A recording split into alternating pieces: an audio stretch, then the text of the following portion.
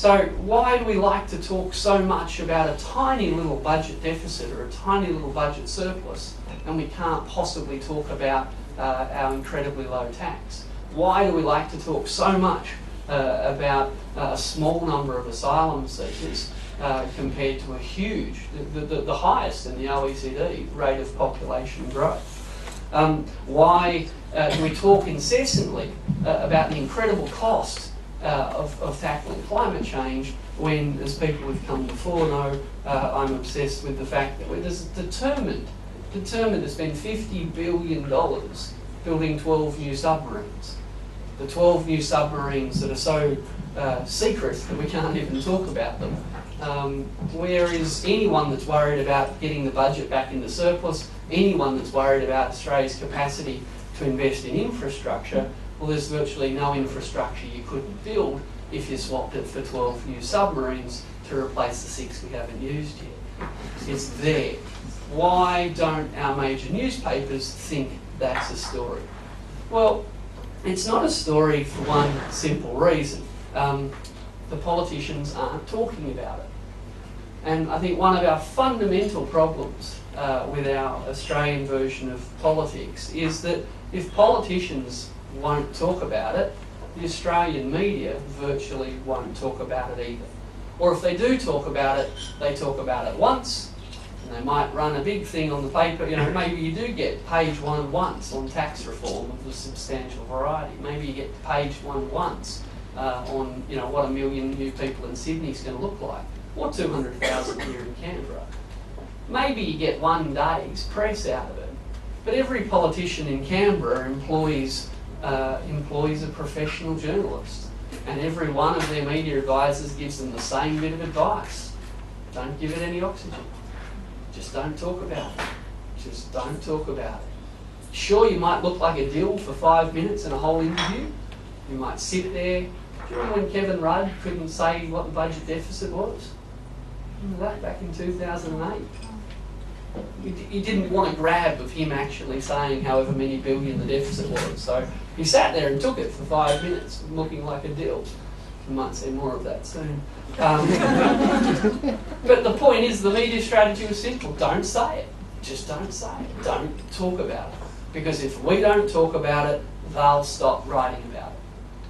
So the first problem I would suggest is that, the media's definition of an important issue is the issue that the Prime Minister or the opposition leader wants to talk about it.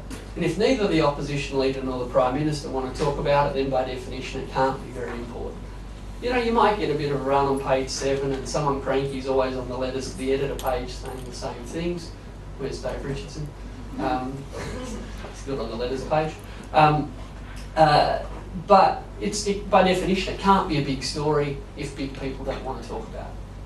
So why then don't big people want to talk about it? Why are there big issues that clearly animate the interests and passions of the public that major political parties just don't want to talk about? Well, I've come up with a list of 4 what I think are structural factors for why major political parties and minor political parties, any political party, will stay away from certain issues. The main one is obviously internal conflict. Any political party with more than a handful of people is inevitably going to have disagreements within its own ranks. That's okay. I fear in Australia we've made such disagreements more newsworthy than it deserves to be. We can come back to that perhaps. But any major political party with 50 or 80 or 100 members of caucus, funnily enough, is going to have issues that divide them. And good politicians know that you stay away from the issues that divide you and you focus on the issues that unite you. So, to keep it simple, I'll just talk about Labor and the Liberals for the time being. But again, Greens, Democrats, full disclosure, I used to work for them. I was Natasha Stott's Chief of Staff, so it's all my fault. Any political party has these things. I'm just going to talk about some of these internal conflicts that we're all quite aware of. Take, for example, the issue of same-sex marriage. Why is that? Why has that been so hard for the Labor Party and the Liberal Party? Well, for the simple reason that there are people in both of those parties who are passionately for and passionately against the issue.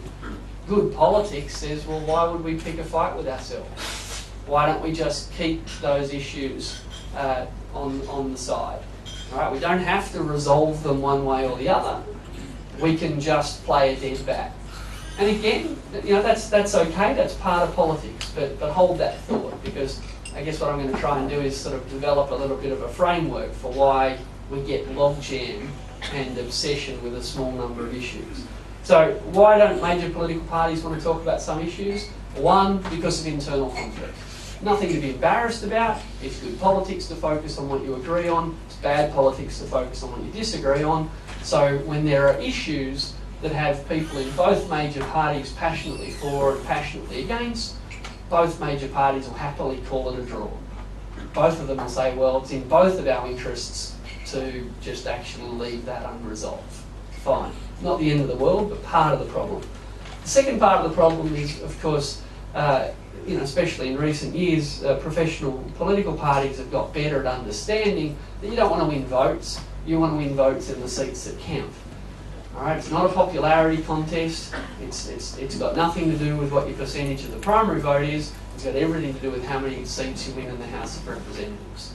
So in the last 20, maybe 30 years, Australian politicians, Australian political parties have become far more interested, again, it's a democracy, rightly so, in marginal seats. So you know, if you want to win the election, you need to win a majority of seats, not a majority of the votes. Winning 1,000 seats in a marginal seat is worth winning 10,000 or 50,000 votes in a safe seat.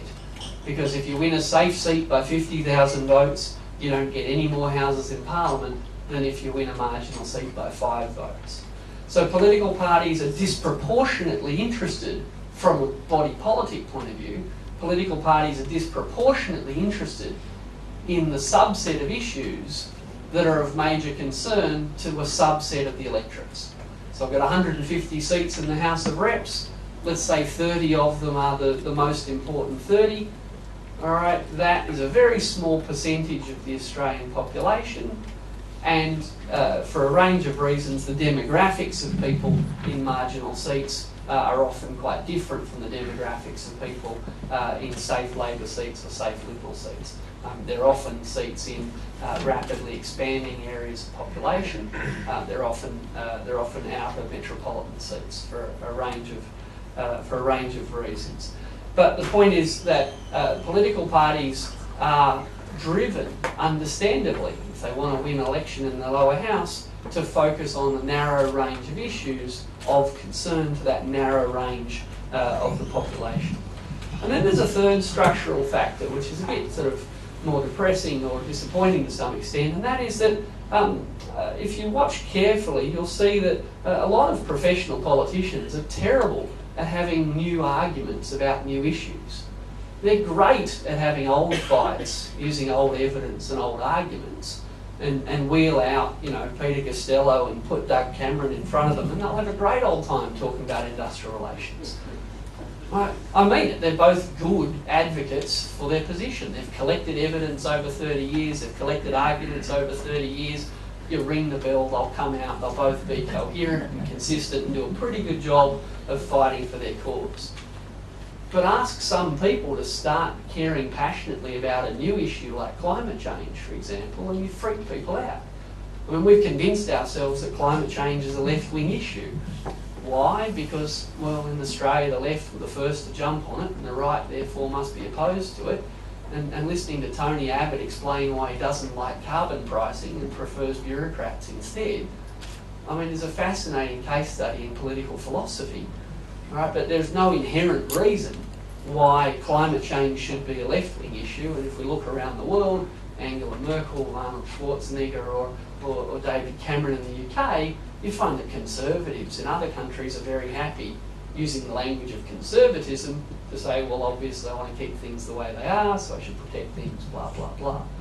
So the point is that often one reason that we don't bring up new issues, we don't start new debates, is because the people whose job it is to debate them aren't interested or aren't very good at it. And it's actually safer for them to keep slagging each other off about industrial relations for another 50 years, even if the body politic has said, look, you know, enough already with the IR reform. So the point that I want to make is that when you look at the fact that in terms of internal coherence, there are issues. I don't think that's me. No, it's Dave. That's good. Thought I turned on silent. I often forget. It's probably my mum. So we don't talk about some issues, A, because of the internal conflict. So sort of think about, so get a, you know, picture a nice long list of possible things we could talk about, from health and education at the top, you know, climate change and transport in the middle, you know, asylum seekers or you know, internet piracy, you know, all the other things that get people very excited. I mean, businesses very excited. Think of a long list of portfolios, think of a long list of things we could talk about, and then, you know, in your head, get out a black pen and run through all the ones that bring up internal fights that political parties would rather not have. And then get out another colour pen and run through all of the ones that don't poll well in the subset of seats that we care about, the marginal seats. And then get out another colour pen and rub out all the ones that, for whatever reason, the leader of the political party or a small number of people in the party just aren't interested in or are terrible at debating or actually, you know, just so personally conflicted that I want to touch it, and rub out a bunch more. And what we're left then is the subset of issues. And you can do the list for both major parties, you can do the list for the Greens, you can do the list for anyone.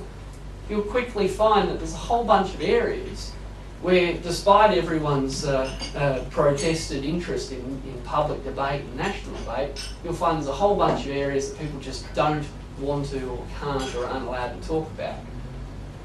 And what that means is that when the media define what's important by what politicians want to talk about, not what the public is interested in, then there is no external shock to force political debate about things that we're interested in. So we very quickly get from a long list of things that are important to people to a short list of fights that parties are willing to have. Now, to conclude, I'm happy to expand on that if I haven't been clear, but I don't want to talk for much longer.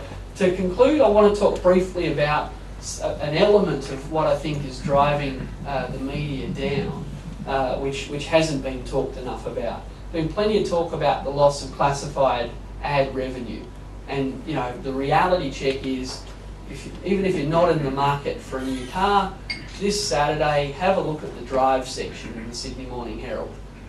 Once upon a time, when I was buying my first car, you know, you bought the Herald and you know, page after page of ads. These days, you won't have noticed, it's full of dealer ads. The private sales ad you get from Audi to Volkswagen in less than half a page. No one sells their car through classifieds anymore.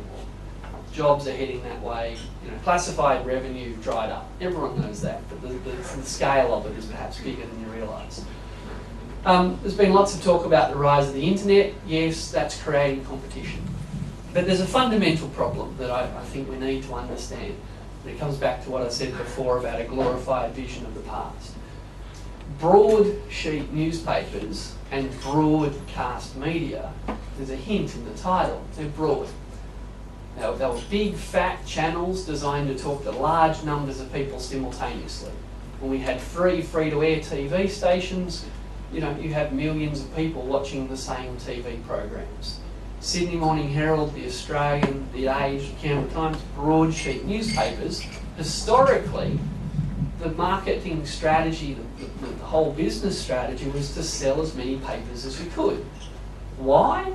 Well, because the more papers you sell, the more the advertisers are willing to pay for advertising. Advertisers are paying per eyeball. And you'll see where I'm heading with this in a second. Advertisers have changed what they want quite dramatically in the last 10 or 15 years, and the consequences for broadsheet broadcast are devastating. Advertisers have realised something simple. Apart from Coles and Woolworths and the mining industry, no one really wants to pay for 1 million eyeballs. No one wants to advertise in broadsheet newspapers. Because if there's 1 million people